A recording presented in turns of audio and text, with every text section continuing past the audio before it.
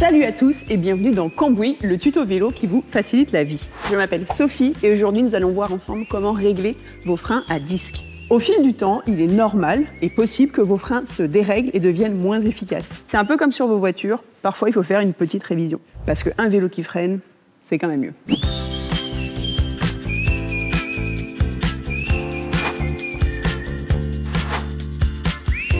Pour cela, vous aurez besoin d'un multitool vélo avec des clés Allen, comme ceci. Avant de commencer, il faut savoir qu'il existe deux types de freins à disque. Les freins à disque mécaniques, actionnés par un câble, et les freins à disque hydrauliques, actionnés par du liquide de frein. On va commencer par les freins à disque mécaniques. Un des problèmes que vous pouvez rencontrer avec vos freins à disque, c'est entendre un frottement quand vous roulez. On va faire quelques petites vérifications pour savoir d'où ça vient. Première hypothèse, votre disque est peut-être voilé, c'est-à-dire qu'il n'est pas tout à fait droit et touche du coup l'étrier. On va vérifier. Placez-vous au-dessus de votre vélo, faites tourner la roue. Si le disque fait des S, malheureusement il est voilé, rapprochez-vous de votre atelier, ils sauront vous aider. Bonne nouvelle, nous ici tout va bien.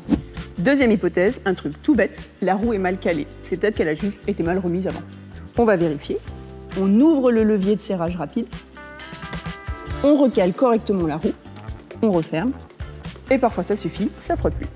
Troisième hypothèse, si après tout ça, ça frotte toujours, c'est que votre étrier est mal centré. Munissez-vous de votre multitool et je vous montre comment faire pour le recentrer.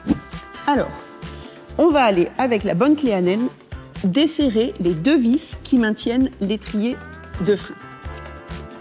Voilà. On va faire en sorte de vraiment dévisser suffisamment pour complètement le libérer. Il faut que l'étrier bouge bien. On va aller actionner le levier de frein à fond, à fond, à fond. On remarque que l'étrier de frein se replace bien par rapport au disque. Continuez de maintenir le frein, ne relâchez pas. Et on va aller resserrer les vis qui maintiennent l'étrier. Allez, on serre bien à fond, on bloque bien. Voilà. À partir de ce moment-là, on peut relâcher le frein. Moment de vérité, on va vérifier. Dans le meilleur des mondes, ça ne frotte pas. Pour nous, c'est parfait. Si ça frotte toujours, il va falloir peaufiner le réglage. Pour cela, reprenez votre multitool et desserrez légèrement les vis de maintien de votre étrier. Généralement, un quart de tour suffit. Le but du jeu, ensuite, c'est d'aller replacer l'étrier pour que votre disque soit bien au milieu des plaquettes. Si le disque est au milieu des plaquettes, elles ne toucheront plus et du coup, évidemment, il n'y aura plus de frottement. Répétez l'opération autant de fois que nécessaire et n'oubliez pas de bien resserrer les vis de l'étrier à la fin. Deuxième grand problème que l'on peut rencontrer avec les freins à disque, c'est qu'ils ont perdu de la puissance. Comme ici, on voit quand on actionne le levier de frein, il est très mou et il va presque même toucher le guidon. Donc c'est pas terrible. La première chose que vous pouvez faire, c'est aller jouer sur la vis de tension à côté du levier de frein. On dévisse, on dévisse, on dévisse et on va resserrer ce qu'on appelle le contre-écrou pour bien bloquer l'ensemble. Et ça, en fait, ça va retendre le câble, ce qui va donner du mordant à vos freins. Si ça ne suffit pas, il va falloir qu'on procède à un réglage un peu plus poussé.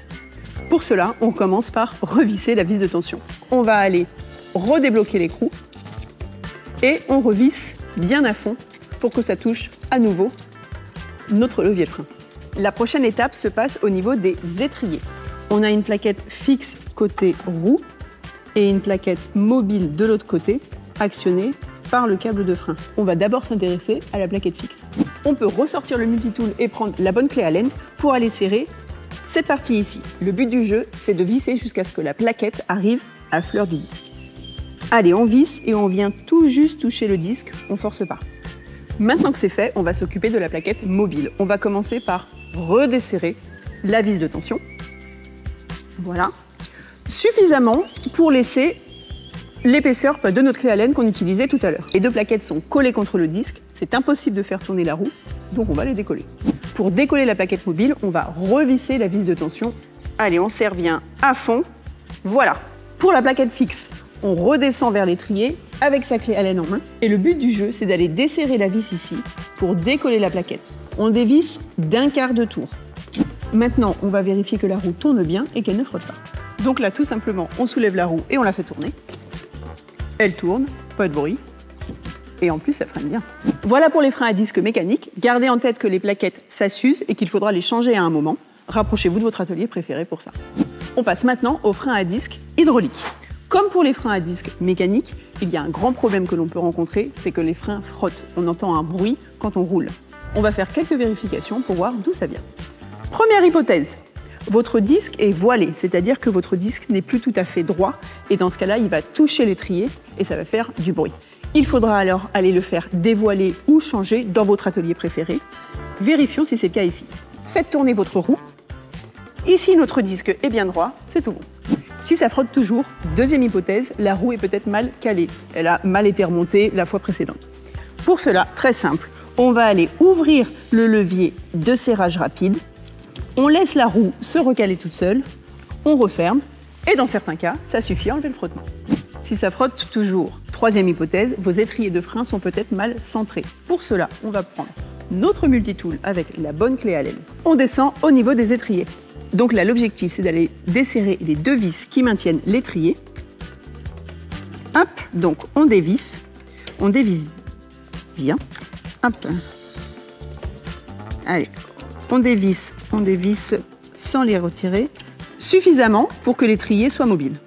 Maintenant, on va aller serrer le levier de frein bien à fond. On voit que l'étrier de frein se replace tout seul. Tout en maintenant le levier de frein, vous allez resserrer les vis qui maintiennent l'étrier.